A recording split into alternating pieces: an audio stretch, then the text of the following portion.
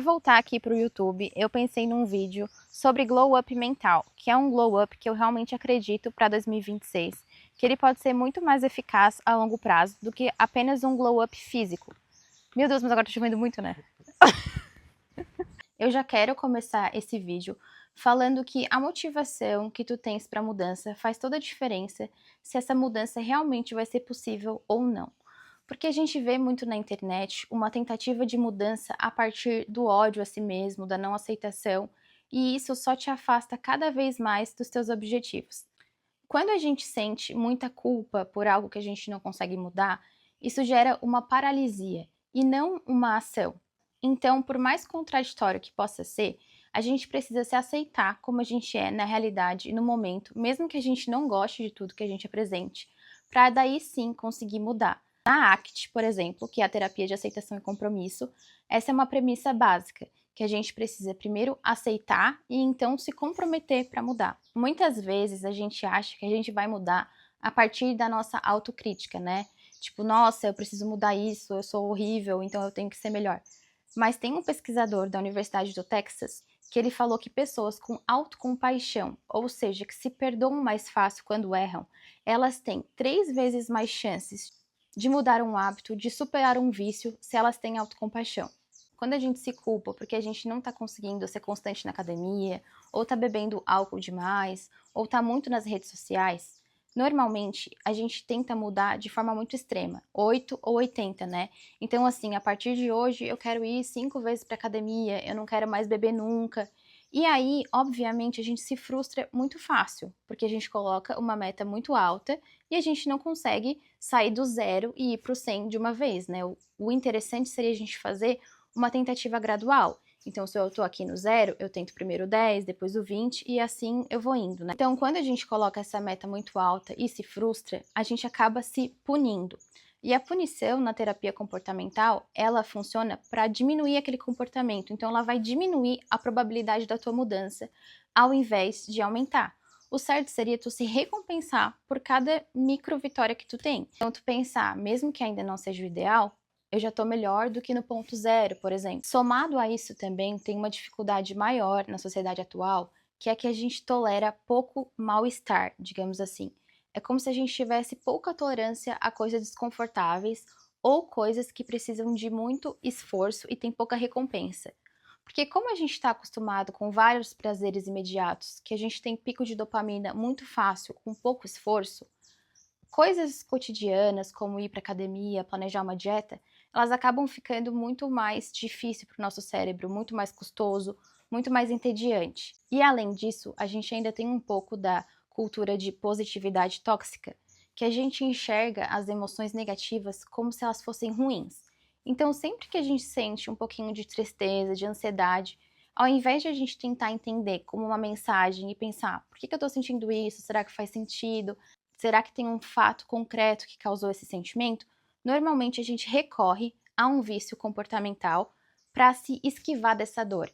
Então a gente age muito mais fugindo da dor do que tentando nos aproximar dos nossos valores pessoais. Uma consequência dessa nossa tentativa na sociedade atual de sempre estar fugindo das emoções negativas é que a gente acaba suprimindo todas as nossas emoções. Isso foi até uma coisa que eu aprendi bastante no meu estágio no Corpo de Bombeiros, porque eles faziam isso muito como uma forma de proteção, porque eles não podiam, talvez, no meio de uma ocorrência, sentir muita ansiedade, enfim, eles tinham que agir apesar disso, mas uma reclamação deles é que depois, na vida, com os familiares, eles acabavam se tornando um pouco apáticos. E é isso, no geral, que a nossa sociedade faz também.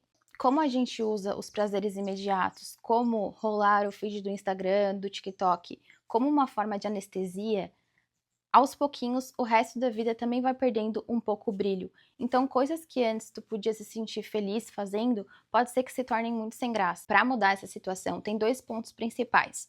Um deles é aumentar o nosso repertório comportamental, porque cada pessoa tem uma forma que aprendeu para regular as suas emoções. Às vezes a pessoa aprendeu uma forma funcional de regular as emoções, ou seja, que a longo prazo também faz bem, como se alimentar de uma forma balanceada, fazer um exercício físico, ter um hobby, ou a pessoa aprendeu uma forma disfuncional de regular a emoção dela, ou seja, jogar videogame excessivamente, enfim, coisas que na hora aliviam a emoção dela, anestesiam, mas que a longo prazo não resolvem a questão e pioram, como se estivesse apenas trocando o band-aid de uma ferida e não tratando a ferida em si. Então, aumentar o repertório comportamental seria expandir as possibilidades de regular suas emoções, testar coisas novas para quando tu estiver triste, além do que tu já conhece. E também aumentar a tua tolerância ao mal-estar aos poucos. Permitir, por exemplo, ficar entediado e realmente não fazer nada, ao invés de quando eu tô sentindo tédio, eu ir lá descontar na comida, eu ficar no celular. Se aos poucos tu for colocando intencionalmente 10 minutos de tédio no teu dia, aos pouquinhos tu vai reaprendendo de novo a regular o teu sistema de recompensa. Que é como se o nosso sistema de recompensa, de prazer do nosso cérebro, ele tivesse todo desregulado. Existe uma pesquisa que comprova que 87% das pessoas que elas largam um vício sem tratar realmente a raiz do problema, elas acabam desenvolvendo outro vício em até 6 meses. Isso se chama de transferência de vícios. Inclusive, isso me faz pensar muito sobre como a gente vai ter ainda muitos problemas comportamentais com o uso de forma inadequada das canetas emagrecedoras, quando a pessoa acha que vai funcionar como uma mágica, né? Que ela vai tomar aquilo, vai ajudar ela e vai a longo prazo permanecer o peso dela, sendo que tem muitas questões comportamentais envolvidas e que se a pessoa não tratar isso, ela acaba podendo desenvolver outros problemas. Então, não necessariamente ela vai ficar mais saudável no geral, né? Nesse sentido, é como se as canetas emagrecedoras até pudessem ali dar um empurrãozinho, mas se não forem utilizadas da forma correta, com acompanhamento de psicólogo, aprendendo ali novas formas de lidar com as tuas emoções, de organização de dieta, de adesão ao exercício físico, ela pode se tornar apenas mais um paliativo, sabe? Falando de uma forma assim mais coach, é como se a gente tivesse que, além de, por exemplo, usar uma caneta emagrecedora, que pode sim ser um empurrãozinho para aquela mudança que tu precisa e não tá conseguindo sem essa ajuda externa, mas ao mesmo tempo a gente tinha que ficar mais consciente do nosso modo automático de agir, de pensar. Uma das coisas na psicologia que a gente entende como mais importante, como mais poderoso assim mesmo para a saúde mental, é a capacidade de pensar sobre os próprios pensamentos, como se fosse um observador externo. Isso se chama metacognição. Então, mesmo, por exemplo, se tu estivesse lá agindo de uma forma automática, mas viesse um insight, assim, que tu conseguisse se ver de fora e que tu entendesse por que tu tá fazendo aquilo. Eu tô chateado com tal coisa, então eu tô aqui descontando na comida. Quando tu consegue ter essa capacidade, aquela forma automática de agir, ela já perde o sentido na hora. Então, pode ser que aquela seja a última vez que tu vai fazer aquilo, porque agora tu tem clareza do porquê tu faz aquilo, sabe? Ao mesmo tempo, isso não significa que existe uma cura para os teus problemas emocionais, porque todos eles costumam ser multifatoriais e provavelmente tu vai ter que estar sempre atento para ver se tu não tá recaindo ou tendo um relapso e percebendo quais são os gatilhos que te levam a ter um comportamento indesejado. Isso fica muito claro quando a gente pensa em alguém viciado em alguma substância, que a gente sabe que aquela pessoa ela nunca pode tomar só uma dose, fumar só um cigarro, porque se ela fizer isso, toda a circuitaria cerebral dela, que envolvia aquele hábito, ela religa assim, sabe? Então também não quer dizer que tu pode se dar o luxo de pro resto da vida relaxar naquilo porque, nossa, já superei isso.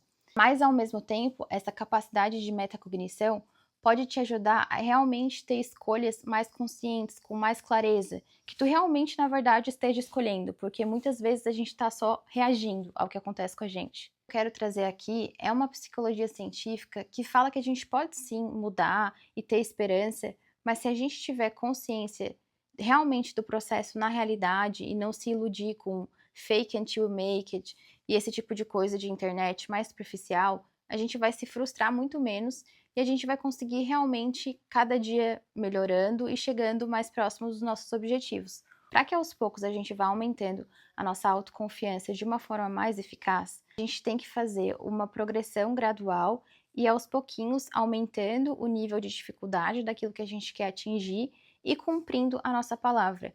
Porque assim como a gente deixa de confiar em um amigo nosso que promete algo e não cumpre, isso acontece com a gente também. Então, se a gente coloca metas altas demais para 2026, não consegue cumprir, a gente vai ficando cada vez mais inseguro ao invés de ficar mais seguro, com a autoestima melhor.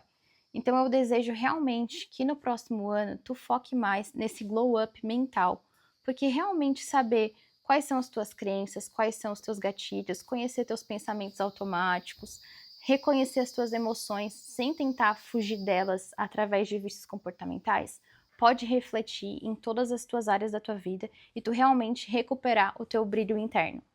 Eu espero que tenha tido alguns insights valiosos nesse vídeo, mas eu tô comprometida a ser mais ativa aqui no YouTube nesse ano, então se tiver algum assunto que tu quiser que eu aprofunde, comenta aqui nos comentários, curte para eu ter uma recompensa positiva e ter uma motivação de fazer mais, e por hoje é isso. Beijo!